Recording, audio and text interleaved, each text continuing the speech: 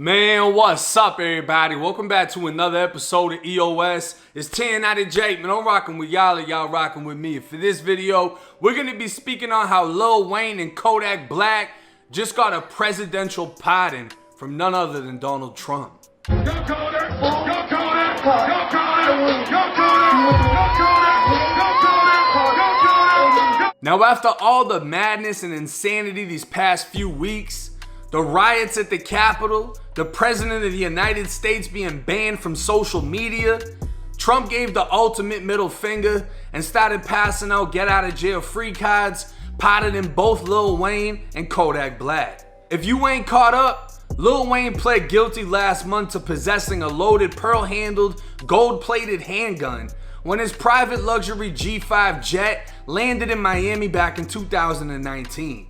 ATF, FBI, and Miami-Dade police were waiting for Wayne to land in Opa-locka. Aside from the firearm, they recovered cocaine, ecstasy, marijuana, heroin, painkillers, and prescription-strength cough syrup. Investigators said Wayne appeared high and admitted to owning the handgun, saying it was given to him as a Father's Day gift. Federal authorities seized the evidence, but allowed Wayne to leave with the possibility of a later indictment. Now, the problem wasn't so much the gun itself, but the fact that Lil Wayne is a felon after a 2009 weapons conviction in which a loaded .40 caliber handgun was found on his tour bus, and he'd go on to serve a year in Rikers Island, followed by probation. Prior to his presidential pardon, Wayne was facing up to 10 years in a federal prison and faced a sentencing date of January 28th. Now, the Project Baby himself, Kodak Black, pled guilty back in August of 2019 to making false written statements when trying to buy firearms from a federally licensed firearms dealer.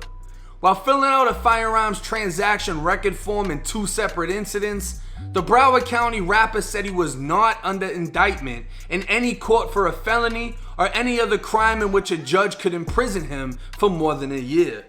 He was then able to obtain a 9mm handgun, a .380 handgun, and a SIG MPX-K 9mm pistol that was found at the scene of a shooting in the Golden Acres section of Pompano Beach, Florida. The weapon had a live round in the chamber, appeared to have jammed during the shooting, and a fingerprint was taken from the weapon belonging to Kodak. Several spent shell casings were found at the scene, and witnesses indicated the shooters pulled up in two vehicles, one of which was a Porsche Panorama sedan being rented by Kodak. The vehicle was later found abandoned with severe damage in Lauderhill, Florida, and the vehicle's GPS showed it was in the area of the shooting during the time of the shooting. A second handgun purchased by Kodak was found in the trunk of another Porsche as his entourage crossed the Canada-US border. A U.S. district judge sentenced Kodak to 46 months in federal prison, followed by 3 years of supervised release, and to everyone's surprise, Kodak was sent to one of the deadliest federal penitentiaries, USP Big Sandy in Kentucky. Not only does this prison have a reputation for violence, but Kodak's lawyer spoke on physical and emotional abuse at the hands of the guards and how Kodak's religious freedom was being restricted, leading to a lawsuit that would have him transferred to USP Thompson in Illinois with the help of one of the best lawyers in the biz, Bradford Cohen.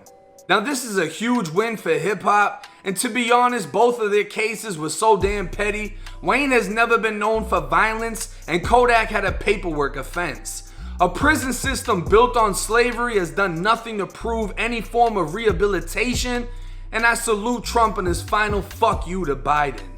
Now, we're gonna leave politics out of this video because the only time I'd really report on something political is if somebody got assassinated, right? This isn't the happy fucking news channel. This is end of sentence.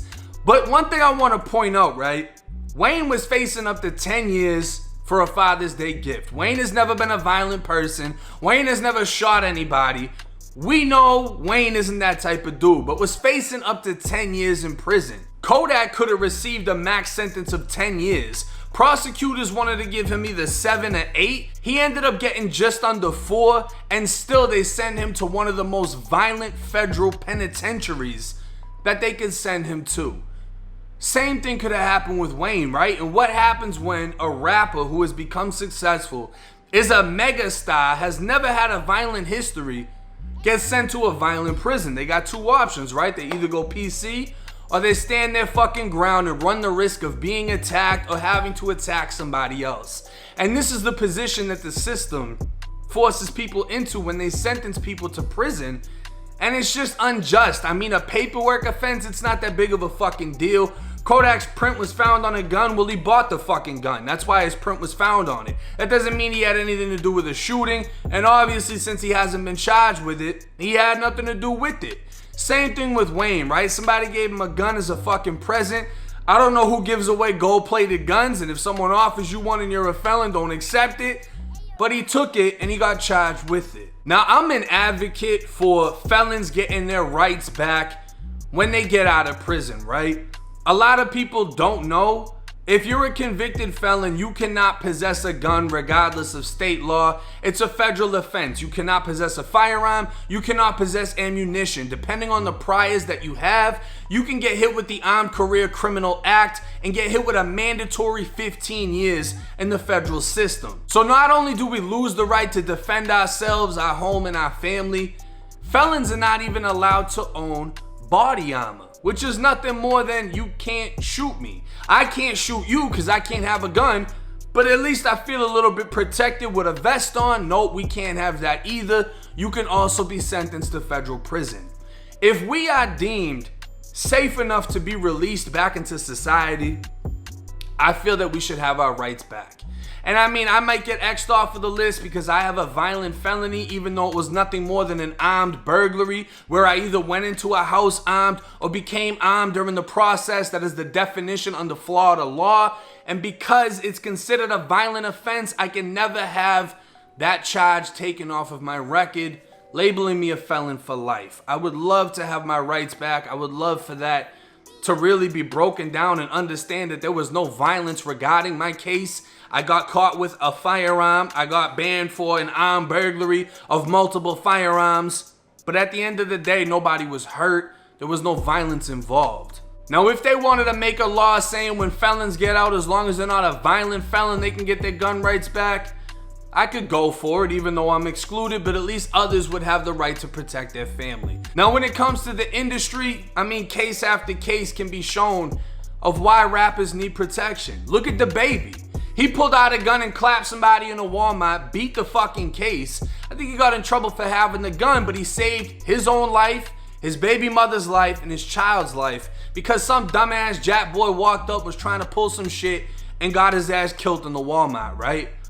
Biggie, Pac, newer rappers, XXXTentacion, Pop Smoke, rest in peace to all of them.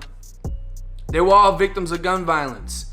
Rappers need protection. Not every rapper is going to be able to afford 6ix9ine security because 6ix9ine is being funded by the fucking feds. So I don't see a problem with a professional owning a firearm. And there are laws in certain states that people can possess a firearm based on their job. I believe that their career should qualify for 2 fucking vests, a vest for them and whoever's standing next to them, and a fucking gun so they can protect themselves. But that's just my opinion. I wish Trump would have pardoned some of my people, but hey, it's 1090J. I'm rocking with y'all, y'all rocking with me. Till next time.